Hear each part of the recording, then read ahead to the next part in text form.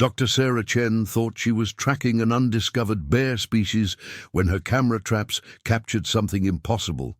The forensic anthropologist had spent 3 years documenting skeletal anomalies in the remote Cascade wilderness, until the day she followed a trail of carefully obscured footprints to a hidden ravine. What she found there wasn't just a scientific impossibility.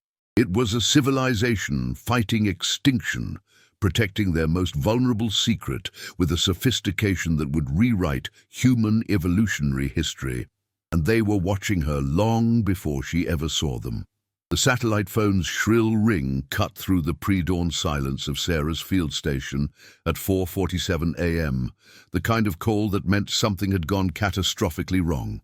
She fumbled for it in the darkness of her tent, her breath misting in the October cold of Washington's North Cascades, already calculating which of her remote camera stations might have been hit by the early snowstorm that had blown through 2 nights ago. Dr. Chen. Her voice came out rougher than intended, still thick with sleep. Sarah, it's Marcus. The voice of her field coordinator crackled with static and something else, an edge she'd never heard in the unflappable wildlife biologist's tone.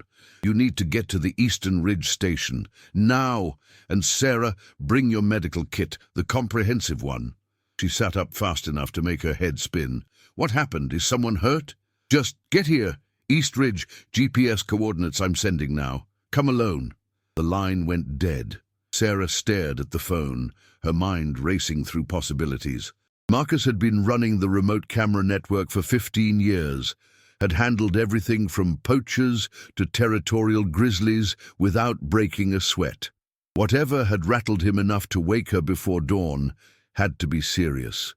20 minutes later, she was hiking through the pre-dawn gloom, headlamp cutting a narrow cone through the Douglas fir and western hemlock. The medical kit, designed for backcountry emergencies and containing everything from sutures to broad-spectrum antibiotics, sat heavy in her pack alongside her documentation equipment.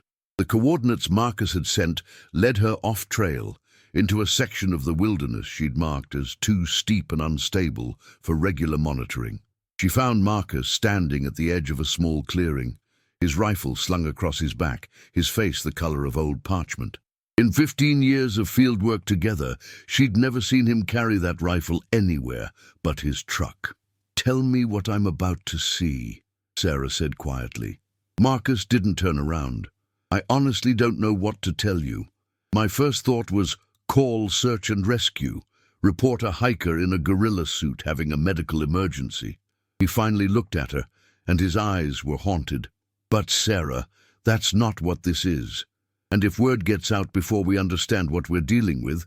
He led her down a narrow game trail she'd never noticed, into a depression in the landscape that seemed to swallow sound. The temperature dropped as they descended, and Sarah noticed the way the vegetation changed. Thicker, older growth that blocked the morning light into a perpetual twilight. They'd walked maybe 200 meters when she saw it. The shelter was impossibly clever. Built into the overhang of a massive fallen cedar, it would be invisible from above, nearly invisible from 20 meters away. But what stopped her breath wasn't the structure, it was what lay inside it. The figure was massive, easily 7.5 feet long, covered in reddish-brown hair that looked wet and matted with what might have been blood or birth fluids. But it was the face that locked Sarah's knees and sent her medical training screaming into overdrive. Not human, not quite, but horrifyingly, impossibly close. The orbital structure was heavier, the jaw more prognathous, but the expression of pain that flickered across those features was unmistakably, undeniably sentient. "She's alive," Marcus whispered. "Barely. I found her 3 hours ago when I came to check the cameras. Sarah, I think she's in labor." Sarah's hands were already moving, pulling on nitrile gloves, her mind forcing itself into clinical assessment mode, even as the impossibility of what she was seeing tried to shut down her rational thought. She approached slowly, keeping her movements visible and non-threatening, her training in primate behavior kicking in alongside her medical knowledge. "Easy," she murmured, the same tone she'd use with a frightened animal. I'm here to help. Let me see." The figure's eyes opened, amber brown, shot through with pain and wariness, but holding an intelligence that made Sarah's throat tighten. Those eyes tracked her, assessed her, and in that moment Sarah understood with crystal clarity that she wasn't treating an animal. She was treating a person. The next 4 hours blurred into a desperate, improvised emergency that would haunt Sarah's dreams for years. She'd done a rotation in obstetrics during medical school before specializing in forensic anthropology, but nothing had prepared her for this. The anatomy was close enough to human that her training applied, different enough that every intervention was a calculated risk. The patient was hemorrhaging from a partially separated placenta, her breathing shallow and rapid, her pulse thready beneath Sarah's fingers. Sarah worked with Marcus as her assistant, her hands steady even as her mind reeled. She established an IV line. The vein structure was remarkably human and administered fluids and broad-spectrum antibiotics. The patient was too weak to resist, but Sarah saw the calculation in those intelligent eyes, the decision to trust, or at least to accept help in the absence of alternatives. When the infant finally emerged, small, wrinkled, covered in vernix and blood but breathing, Sarah felt something crack open in her chest. The newborn was unmistakably of the same species as its mother, but tiny, vulnerable, impossibly precious. She cleared its airways with practiced efficiency, the medical protocol overriding the impossibility of what she was doing. The infant's first cry was high and sharp, almost human, but not quite, and she saw the mother's eyes clear, focus, reach for her child with hands that were broad and strong, but shaped for precision grip. Sarah placed the infant on its mother's chest, monitoring them both, her hands moving through post-delivery protocols while her mind tried to process the magnitude of what had just happened. The mother was weak, had lost a dangerous amount of blood, but she was stable, and the way she held that infant, curved her massive body around it protectively, made soft vocalizations that were unmistakably soothing. Sarah had to turn away for a moment, blinking hard. "We need to set up monitoring," she said quietly to Marcus, her voice professionally steady. "Around-the-clock observation for at least 72 hours. If she develops an infection or hemorrhages again..." "Sarah." Marcus's voice was strained. "What the hell do we do with this?" She looked at him, then back at the mother and infant, and felt the weight of the decision settle onto her shoulders like physical pressure. In her pack was her satellite phone.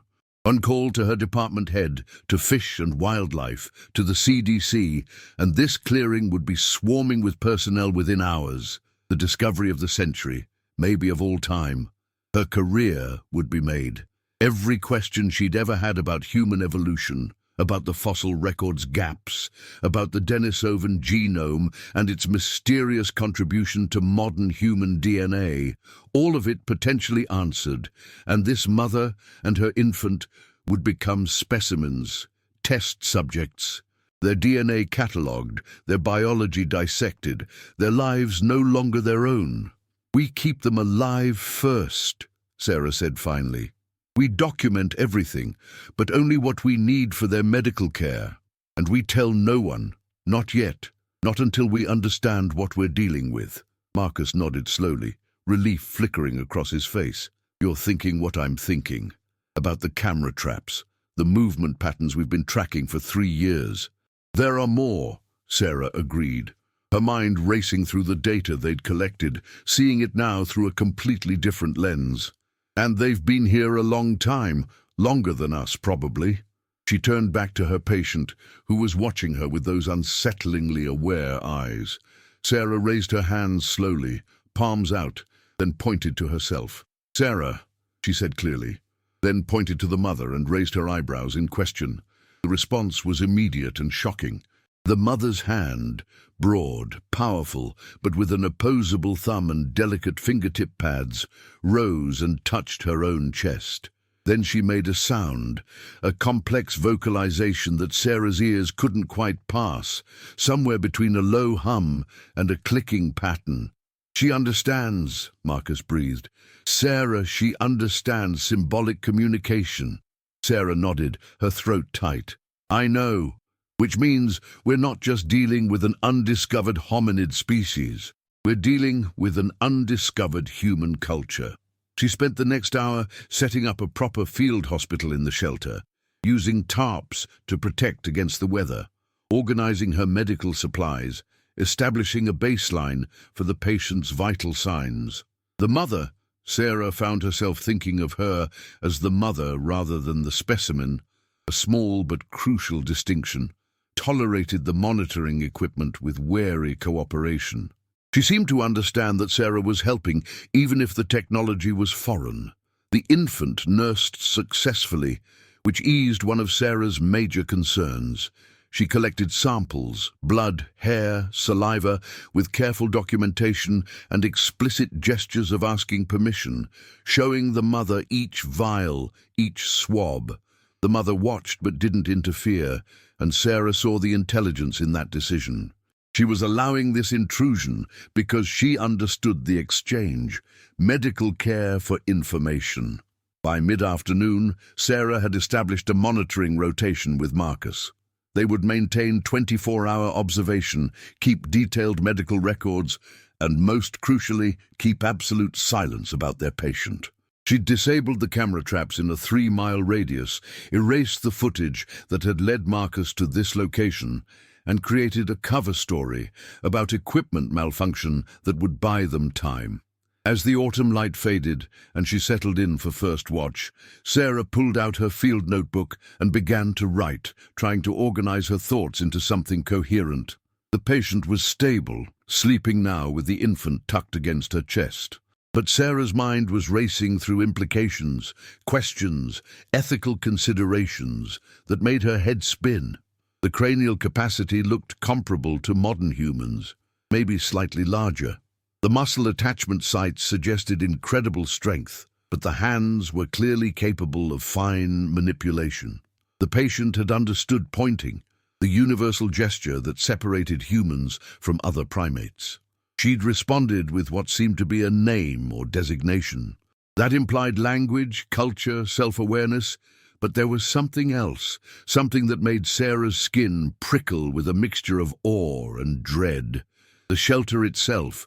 It wasn't sophisticated, no fire, no pottery, no obvious tools, but it was intentional, designed to be hidden. And the location, this depression in the landscape that seemed to swallow sound and light, had clearly been chosen with care. This wasn't just a species surviving in the wilderness, this was a people hiding in it. The question that kept circling through Sarah's mind, the one that made her hand shake as she wrote, was simple and terrifying. What were they hiding from? She looked up at the patient, at the way the mother's arm curved protectively around her infant even in sleep, and felt the weight of responsibility settle deeper. She'd set out 3 years ago to study skeletal anomalies in the fossil record, to understand the evolutionary pressures that had shaped human development. Instead, she'd stumbled into first contact with a parallel human lineage that had chosen concealment over civilization. And in the process of saving one life, Sarah had potentially exposed an entire hidden culture to the world that had driven them into hiding in the first place. The mother's eyes opened suddenly, locking onto Sarah's with an intensity that made her freeze. For a long moment, they simply looked at each other across the fire Marcus had carefully built at the shelter's entrance. Then the mother's hand moved, slow and deliberate, touching her chest again before reaching out towards Sarah, palm up, in a gesture that transcended language. Trust, question, warning. Sarah couldn't read it clearly, but she understood the weight of it. This wasn't just a patient and a doctor anymore. This was the beginning of something that would change everything, if they could navigate it without destroying what they were trying to protect. Sarah raised her own hand, mirroring the gesture, and nodded once, firmly. A promise she wasn't sure she could keep, but one she knew she had to make. She would do everything in her power to help, to understand, to protect. Whatever came next, they would face it together. The mother's eyes held hers for another moment, then closed again, her breathing evening out into sleep. But Sarah saw the slight relaxation in her posture, the way her grip on the infant eased, just fractionally. Acceptance, however tentative. Sarah turned back to her notebook, but the words wouldn't come. Instead, she found herself simply watching, documenting every breath, every movement, bearing witness to something that shouldn't exist, but undeniably did. And as the October night deepened around them and the first stars appeared through breaks in the forest canopy, she began to understand that she'd crossed a threshold from which there was no return.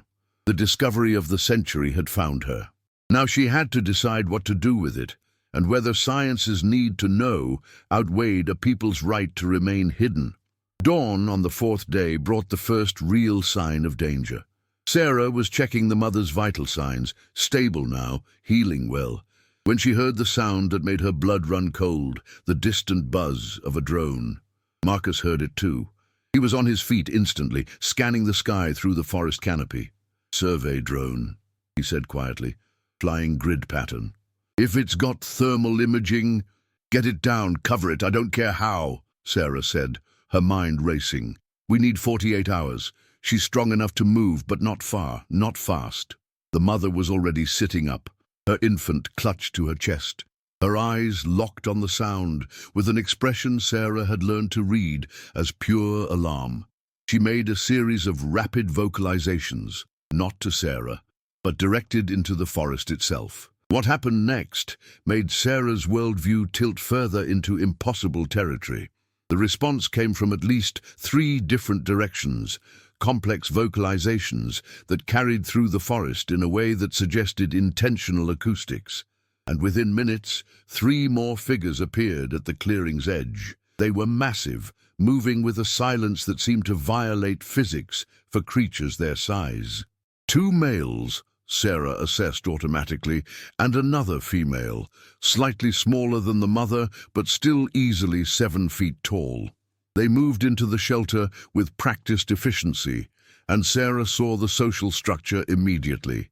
The way they deferred to the mother, the way they checked the infant with gentle, precise touches, the way their eyes assessed Sarah and Marcus with intelligence that was absolutely, undeniably human in its calculation.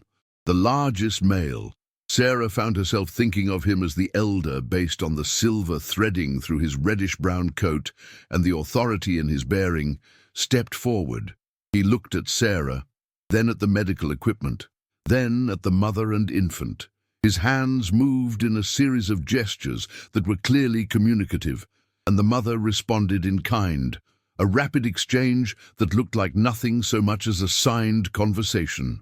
Then the elder did something that stopped Sarah's breath. He reached out slowly and touched his forehead, then gestured to the forest, to the sky, to Sarah, to the mother. The meaning was unmistakable. Time, place, person, relationship. He was establishing context, trying to communicate. Sarah responded instinctively, pulling out her field notebook and a pencil. She drew quickly.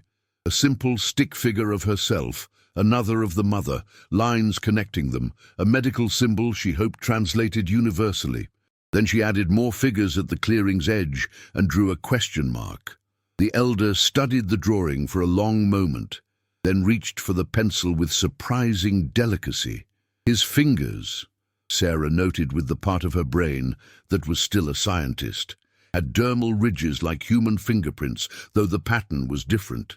He drew with careful precision, a valley shape, multiple figures inside it, more figures around the edges like a barrier.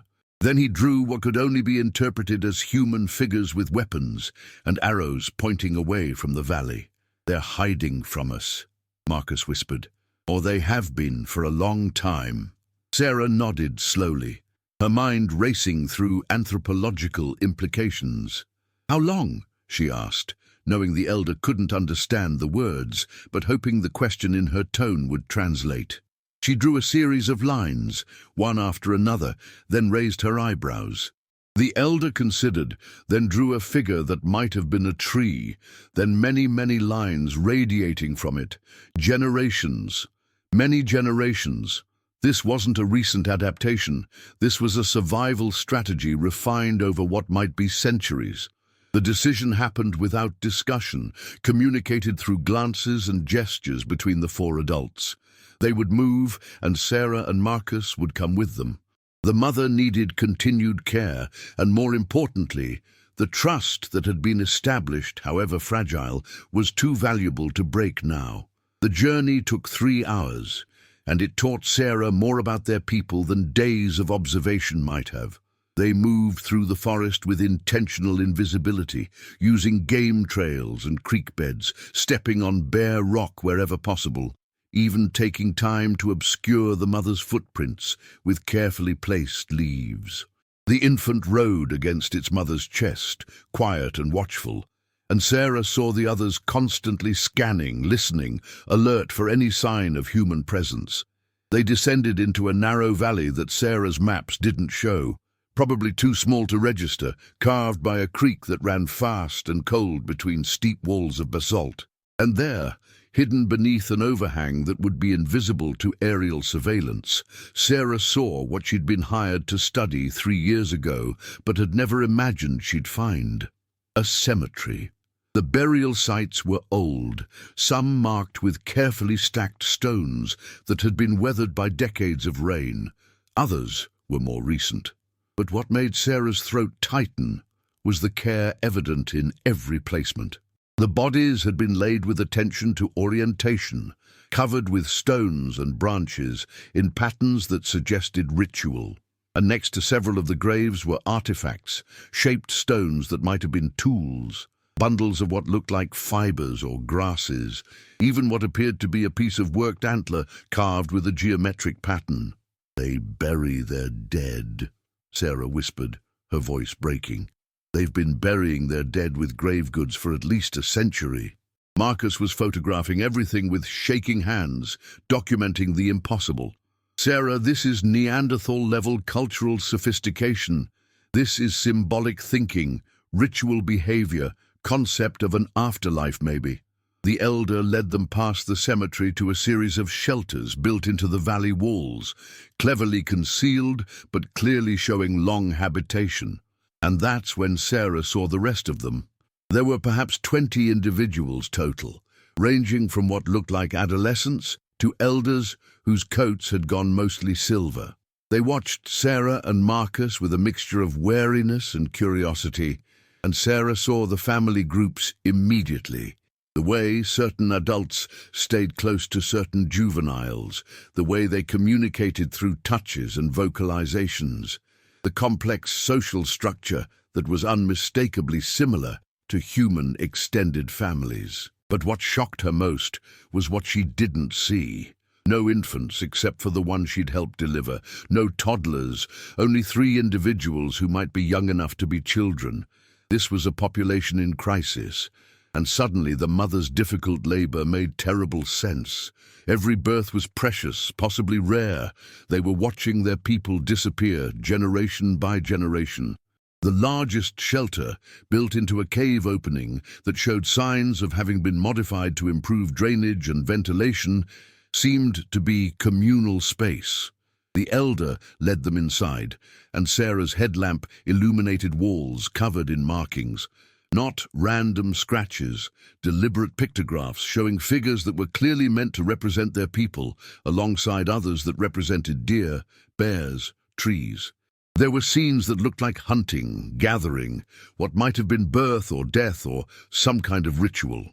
"It's a historical record," Marcus said, his voice awed. "Sarah, they're recording their history." Sarah moved closer, studying the images with her archaeologist's eye. The older marks, near the back of the cave, showed larger groups, more figures. The more recent ones, near the entrance, showed fewer. The population decline was documented in their own artwork, a slow-motion record of extinction. She turned to find the elder watching her, his amber eyes reflecting her headlamp.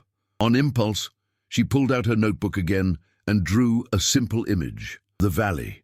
Many figures, a question mark that she circled several times.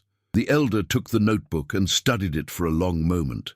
Then he began to draw, his large fingers surprisingly deft with the pencil.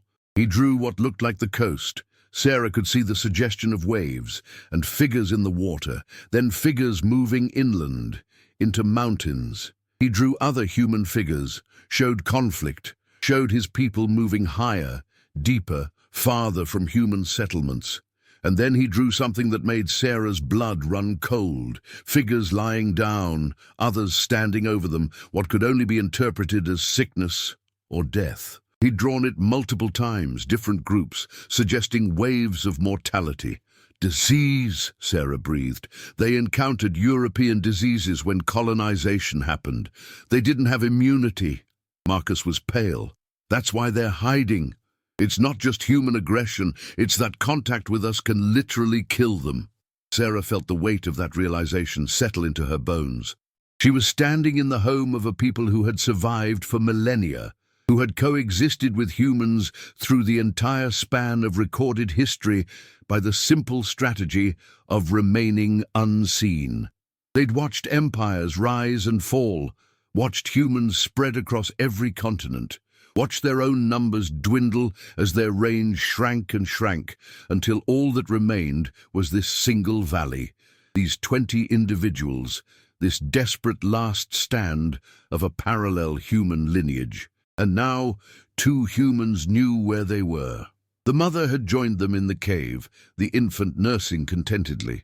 She moved to Sarah's side and placed her free hand on Sarah's shoulder, the first time one of them had initiated physical contact. The gesture was unmistakable, gratitude, trust, but also a weight of responsibility.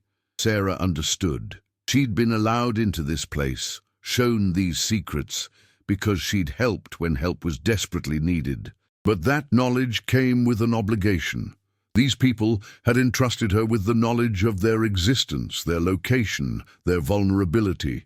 The question was what she would do with that trust. Over the next week, Sarah and Marcus established a routine. They set up a proper field station at the valley's edge, far enough from the main shelters to provide privacy, but close enough for medical monitoring. The mother, who Sarah learned to identify by the pattern of auburn coloring on her hands, was healing well, and the infant was thriving. They'd established a basic communication system using drawings, gestures, and increasingly a kind of pidgin that combined Sarah's attempts at their vocalizations with their attempts at imitating human sounds. It was slow, frustrating work. Their vocal anatomy was different, the larynx positioned differently, giving them a wider range of sounds, but making some human phonemes impossible. But they were trying, and Sarah was trying, and gradually a framework emerged. Simple concepts came first: food, water, safe, danger. Then more complex ideas: child, family, home, sick, help. The breakthrough came on the 9th day, when the elder approached Sarah's shelter carrying something wrapped in hide. He unwrapped it carefully, revealing a piece of bark covered in marks. Not the pictographs from the cave, but something more systematic, parallel lines grouped in sets, marks that clearly represented counting, tracking time, or events. Sarah's hands shook as she examined it. This was mathematics, abstract thinking, symbolic representation. She pulled out her notebook and drew numbers, showing him the marks for 1, 2, 3. The elder understood immediately, responding with his own counting marks. Within an hour, they'd established a numerical system, and Sarah was documenting everything with feverish precision. But it was Marcus who made the genetic breakthrough. Using the samples Sarah had collected during the mother's treatment, he jury-rigged a basic analysis setup using portable equipment designed for field identification of species. The results, when he showed them to Sarah on the laptop screen, made her sit down hard. "They're human," Marcus said quietly, "or close enough that the distinction is academic. Look at the chromosome structure. It's different from ours, but it's within the range of what we see in the Denisovan genome. Sarah, I think they might be Denisovans, or a closely related lineage that survived while the others went extinct." Sarah stared at the data, her mind racing through implications. Denisovans were known only from fragmentary fossil evidence and from the genetic traces they'd left in modern human populations, meaning humans and Denisovans had encountered each other, had interbred. The traces were strongest in Melanesian and Aboriginal Australian populations, suggesting contact in Asia tens of thousands of years ago. But if these people were Denisovans or Denisovan descended, and they were here in North America, they've been here the whole time, Sarah whispered. Or they crossed Beringia during the Pleistocene, maybe following the same megafauna our human ancestors hunted. They've been coexisting with us for at least 15,000 years, maybe longer.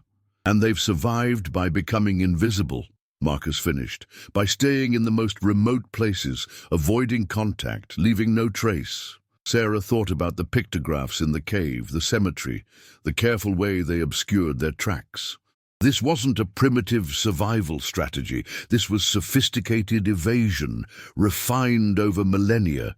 They'd watched humans develop agriculture, build cities, create writing and art and technology, and they'd chosen none of it because all of it required visibility, permanence, the kind of presence that would make them vulnerable to the human population explosion. That evening, as Sarah sat by the small fire at the valley's communal area, invited there by the mother, a sign of deepening trust, she tried to communicate the ethical dilemma tearing her apart. She drew pictures of herself at a university, surrounded by other humans. Then drew the valley, the people here, showed them hidden. Then drew lines connecting the two and a large X. The mother watched carefully, then took the pencil. She drew the valley again, but this time she added marks around it, scratches that clearly represented danger, threat. Then she drew herself, the infant, other figures, and slowly, deliberately drew them fading, getting lighter until they were barely visible on the page. Sarah felt tears prick her eyes. The message was clear. They were already disappearing. The question was whether they would disappear in peace, on their own terms, or whether humanity would discover them first and turn their extinction into a spectacle. "I won't tell," Sarah said, knowing the words themselves meant nothing but hoping the tone, the conviction, would translate. "I promise I'll protect you. I'll help however I can, but I won't expose you." Oh.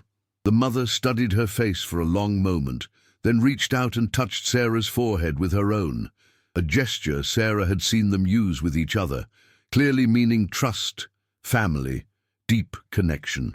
The contact was brief but profound, and Sarah felt the weight of that promise settle into her bones like an oath. But promises, she was learning, were easier to make than to keep.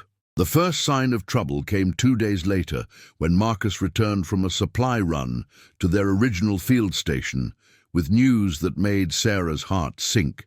"There's a logging company survey team working the western edge of the wilderness area," he said, his face grim, "and they're using ground-penetrating radar to map the terrain for road access. Sarah, they're going to find this valley." Sarah looked at the people she'd been living among for nearly 2 weeks, watching the young ones play with stick toys under the supervision of elders, seeing the mother nurse her infant in the warm afternoon sun, observing the complex social interactions that spoke of culture, language, family. 20 individuals, all that remained of a lineage as old as her own, surviving in a valley that was about to be exposed by corporate surveying equipment. She'd promised to protect them. Now she had to figure out how, without destroying the scientific opportunity of a lifetime, without exposing them to the world, and without violating the trust that had been so carefully built. The answer, when it came, was as risky as it was simple. They would have to disappear completely, leave no trace, and they would need Sarah's help to do it. But first, they needed to transfer their knowledge, their history, their existence into a form that could survive even if they didn't. That night, Sarah sat with the elder in the pictograph cave and began the most important documentation project of her career. Not for publication, not for journals or tenure or discovery, but as an act of preservation, a promise kept. She would record everything, their language, their culture, their genetic heritage, their history, as they'd preserved it in stone and memory. She would create a sealed record that would exist only in case they were lost, a testament to the fact that they had existed. that they had mattered, that they had been a people as real and valid as any other. But even as she worked, she knew the terrible truth. Sometimes the best way to protect something precious was to make sure the world never knew it existed at all. The logging company's survey drones appeared over the valley on a Tuesday morning. Their mechanical buzz, cutting through the forest, sounds like a saw blade. Sarah watched from the valley's entrance as the elder organized the evacuation with calm efficiency that spoke of having done this before. How many times, she wondered. How many near misses had they survived over the centuries? They had 48 hours at most before the ground survey team would follow, mapping the valley's structure, discovering the shelters, the cemetery, the evidence of habitation that even careful concealment couldn't fully erase. Sarah and Marcus worked frantically, helping to dismantle the most obvious signs of occupancy, while Sarah's cameras documented everything that would be lost. The mother approached as Sarah was photographing the pictograph cave, the infant, now 2 weeks old and already showing alert awareness of its surroundings, strapped against her chest in a carrier woven from cedar bark. She carried the piece of bark with the counting marks, along with several other objects, shaped stones that served as tools, a piece of worked bone with geometric carvings, a bundle of plant fibers twisted into cordage. She pressed them into Sarah's hands with a gesture that was unmistakable. "Keep these. Remember us." "I can't take these," Sarah whispered, though her hands closed around the artifacts, even as she protested. "These are yours, your history." But the mother's expression was firm. She touched Sarah's chest, then her own, then the infant's. A gesture they'd established meant family, connection. Then she pointed to the artifacts, to the cave walls, to Sarah's camera, and the meaning was clear. "You are the keeper now. You are the one who will remember." Sarah felt something break inside her chest. She'd spent 10 years in forensic anthropology, had held countless fragments of humanity's deep past, had treated human remains with the respect and dignity they deserved while maintaining professional distance. But this was different. This wasn't an academic exercise or a scientific specimen. This was being handed the cultural heritage of a living people who believed they might not survive to pass it on themselves. "Where will you go?" Sarah asked, though she knew the mother couldn't understand the specific words. She drew in the cave floor, figures walking, a question mark, different landscape shapes. The mother knelt beside her and drew with surprising artistry. Mountains higher than these, farther north. She drew the valley they were leaving, then marked it with an X, the universal symbol for negation, for ending. Then she drew the northern mountains again, and slowly, deliberately, drew a question mark of her own. They didn't know if they would survive the migration. The mother was still recovering. The infant was tiny and vulnerable, and Sarah had noticed that at least 2 of the elders moved with the stiffness of serious arthritis or old injuries. A forced migration in October, with winter coming, to terrain even more remote and unforgiving than this valley. The mortality risk was enormous. Marcus appeared at the cave entrance, his face pale. "Sarah, we've got a problem. The survey team just radioed ahead. They're bringing eDNA equipment, environmental DNA collection. If they take water samples from the creek, soil samples from the valley..." He didn't need to finish. Environmental DNA analysis could detect species presence from shed cells in water and soil, was being used increasingly in wildlife surveys and conservation work. A single sample from this valley would show genetic markers that didn't match any known species in the databases, would trigger immediate investigation, would bring researchers swarming to this location within days. "We have to sanitize it," Sarah said, her mind racing through possibilities. Chemical treatment, physical removal of organic material, something to destroy or obscure the DNA signature before they get here. "Sarah, that's destruction of evidence. That's keeping a promise." Sarah cut him off, her voice harder than she'd ever heard it. "We find a way, or we've just sentenced them to discovery and everything that comes with it." They worked through the night, using every tool at their disposal. Marcus had brought bleach and sodium hydroxide for equipment decontamination, and they used it now to treat the creek water in the valley's pools, to sanitize the shelter sites, to chemically destroy the organic residue that might betray presence. It felt like vandalism, like destroying a priceless archaeological site, and Sarah had to force herself to continue even as every instinct screamed against it. But the cemetery was the breaking point. Sarah stood at the edge of the burial ground as dawn broke over the valley, looking at the carefully stacked stone cairns that marked generations of loss. Some of these graves were old enough that the stones had settled, moss had grown, the marks of human or near-human hands had weathered into the landscape. This was sacred ground, and the thought of disturbing it made her physically ill. But if the survey team found it, if they brought in academic archaeologists, if they started excavating those remains— The elder stood beside her, following her gaze. He understood what she was looking at, what she was considering. Slowly, deliberately, he knelt and placed his hand on one of the older cairns, a gesture of reverence. Then he looked up at Sarah, and in his eyes she saw a grief so deep it seemed to have no bottom. He drew in the dirt, the cairns, then himself and the others walking away, then a line connecting past to present. Then he drew Sarah, drew her standing at the cairns, and drew something that looked like a barrier or protection symbol.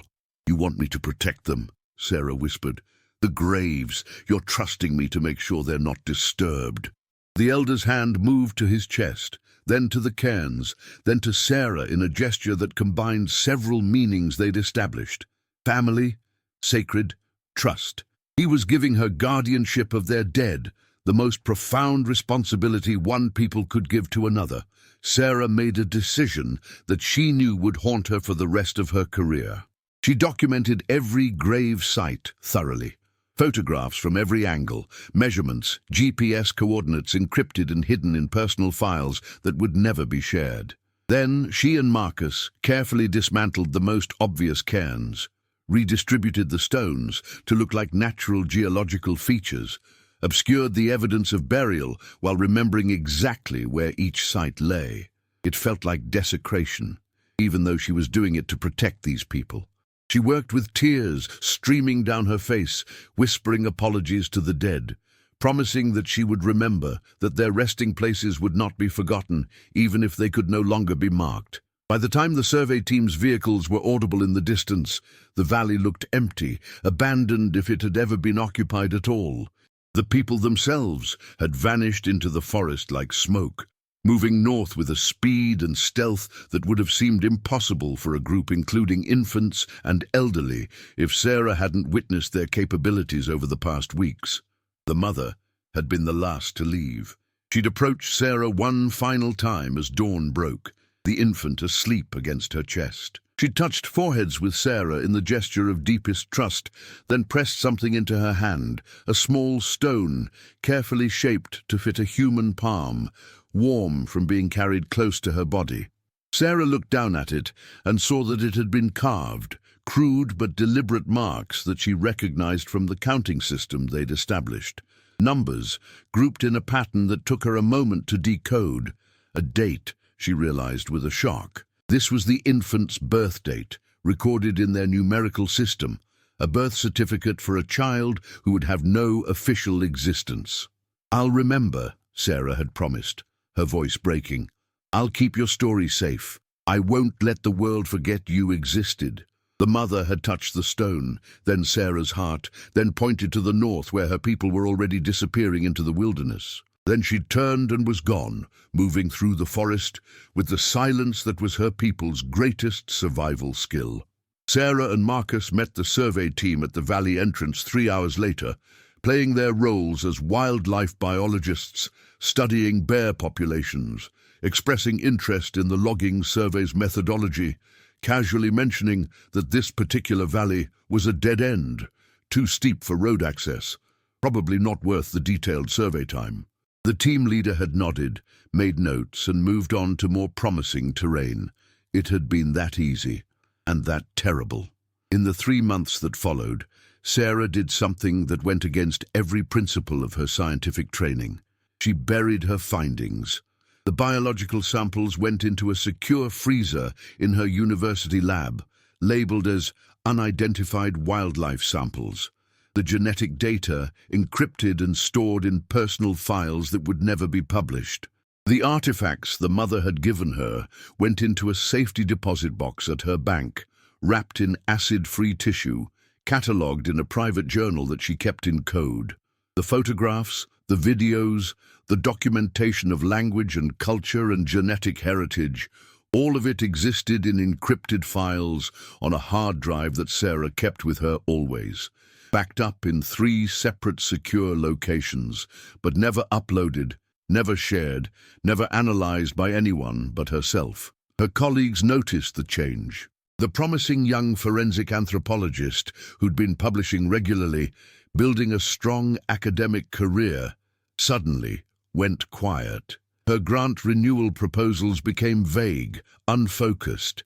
She requested a teaching reduction and spent more and more time in the field, running camera traps in the North Cascades, ostensibly studying wildlife patterns, but really just watching, waiting, hoping for a sign that they'd survived.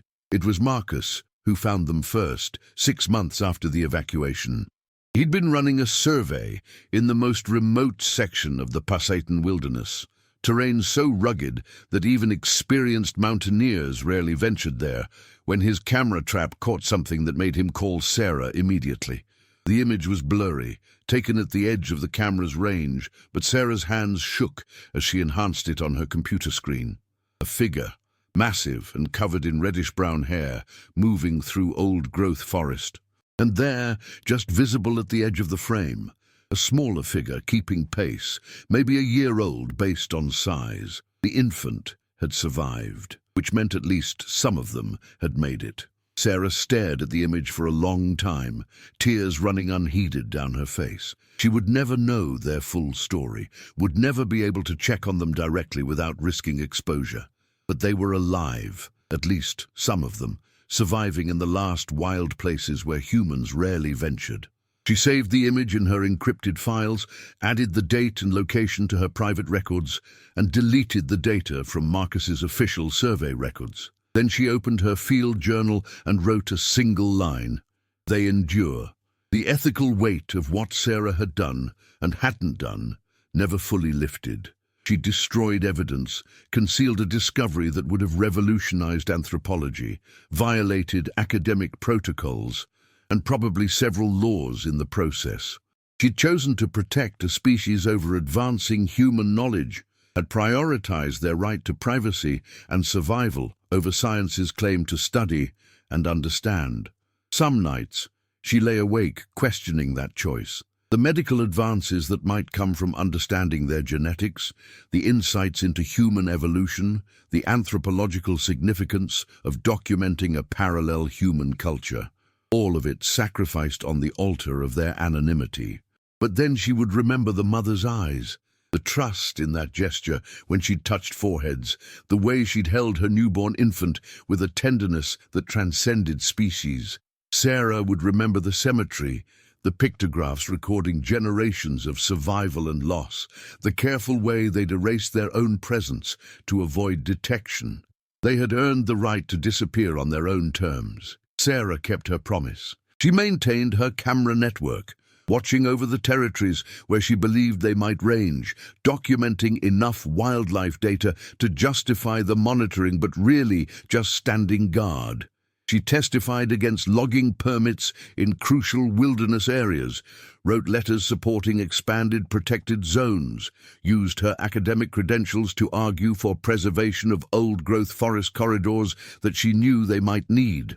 And she kept their story, holding it safe in encrypted files and private memories, a secret history of a people who had chosen invisibility over extinction, who had trusted one human to remember them even if the rest of the world never could. On the anniversary of the infant's birth, calculated from the carved stone she kept in that safety deposit box, Sarah returned to the original valley. It had been fully surveyed now, deemed unsuitable for logging due to the steep terrain and unstable geology, and returned to wilderness status. She hiked down to where the cemetery had been, where the stones now looked like nothing but natural geological features. But she knew. She remembered the exact location of each grave, carried the map in her memory like a sacred trust. She knelt there for a long time, one hand on the stone that marked the oldest burial, and spoke quietly to the people who rested there. "Your children survived," she told them. "Your grandchildren are out there, still free, still hidden. I'm watching over them as much as I can, and I promise you, I swear to you, that I'll never let the world find them. Your secret is safe." The forest was silent around her, just wind in the branches and the distant call of a raven. But Sarah felt for just a moment a sense of peace that transcended the ethical complexity of what she'd done. She'd made a choice that science would condemn, that her colleagues would never understand, that violated every principle of academic integrity. But she'd kept a people safe. She'd honored a trust. She'd chosen compassion over discovery, protection over progress, and she would carry that choice for the rest of her life without regret. As she hiked back out of the valley, Sarah's radio crackled with Marcus's voice. "Sarah, you should see this. Camera trap in the northwest sector just triggered. I'm sending you the image now." Her phone buzzed, and Sarah opened the file with hands that had learned not to shake anymore. The image showed a clearing in old-growth forest, and there, perfectly centered in the frame, was a figure. Massive, covered in auburn hair, standing upright with a posture that was unmistakably, impossibly human. The figure was looking directly at the camera, and in its hand, held up deliberately in front of the lens, was a stone, marked with the same carved pattern Sarah carried in her safety deposit box. A date, recorded in the numerical system they'd taught each other. The infant's birthday. It wasn't random. It was a message. "We remember you too. We trust you. We're still here." Sarah enlarged the image, studying every pixel, and saw what made her throat tighten. Behind the figure, just visible in the shadows, were others. Small ones, young ones, a new generation, surviving in the deep wilderness, protected by their elders and by the silence of the one human who knew they existed. She saved the image in her encrypted files, added it to the record she was keeping, and sent Marcus a brief reply. "Delete it from the official survey. I'll handle the documentation." Then she looked at the mountain ranges stretching away to the north, at the vast wilderness that was their home and refuge, and made the same promise she'd made a year ago, standing in that valley with a newborn infant crying for the first time. "I will protect you. I will remember you. I will guard your secret with my life." And she would. For as long as they needed her, for as long as they survived in the shadows of a world that had no room for them anymore, Sarah Chen would stand watch. Not as a scientist documenting a discovery, but as a guardian keeping a promise. Some truths she had learned were too precious to share. Some knowledge was meant to be held close, protected, kept safe from a world that would destroy what it tried to understand. The people in the forest had taught her that, and she would honor that lesson until the day she died, carrying their story in silence, bearing witness to their existence without ever revealing it, holding space for them to survive in the only way they could, by remaining forever hidden, forever free, forever just beyond the edge of human understanding. The last line she wrote in her field journal that night was simple. "They taught me that love sometimes looks like forgetting. Protection sometimes looks like secrecy. And the highest form of respect is sometimes the willingness to leave no trace." Sarah closed the journal, locked it in her safe, and returned to her work, watching, waiting, protecting the impossible secret of a people who existed just outside the boundaries of the known world. And in the deep wilderness of the North Cascades, where humans rarely ventured and cameras never quite captured clear images, a people as old as humanity itself continued their ancient dance of survival, guarded now not just by their own wisdom, but by one human who had learned the hardest lessons science ever teaches. Sometimes the most important discoveries are the ones you choose never to share. If this story moved you, please subscribe to our channel for more speculative fiction exploring the hidden corners of our world. Share your thoughts in the comments. What would you do in Sarah's position? Would you keep the secret? Or would the weight of scientific discovery be too much to bear? Let's discuss in the comments below, and don't forget to hit that notification bell for our next incredible story.